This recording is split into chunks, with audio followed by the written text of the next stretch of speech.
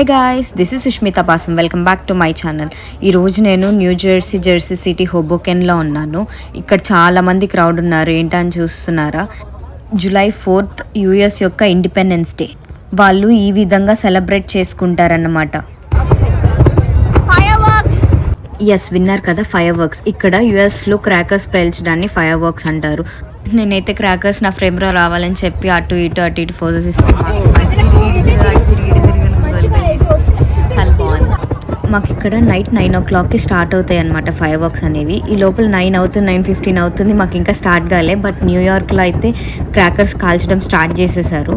అది స్టార్ట్ అయిన 15 to 20 minutesకి మాకు ఇక్కడ జెర్సీ సిటీలో స్టార్ట్ అయింది. చూడండి, చూస్తున్నారు కదా, ఫైర్ వర్క్ స్టార్ట్ అయినాయి అనమాట. జెర్సీలో కూడా చాలా బాగుంది. స్టార్టింగ్లో చిన్న లైట్స్తో స్టార్ట్ అయింది.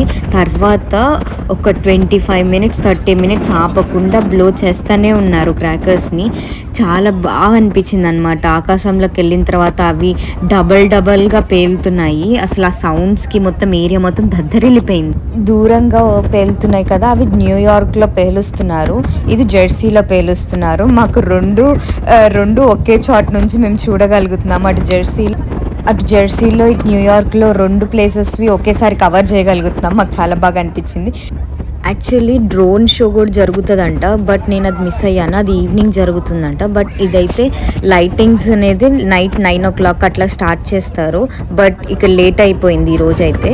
కానీ అది షైన్ అయ్యేటప్పుడు మాత్రము బ్లో అవుతున్నప్పుడు ఫ్లవర్స్ గాను ఇంకా దీపాలు గాను ఇట్లాగా డబల్గా షైన్ అవుతున్నాయి క్రాకర్స్ అయితే.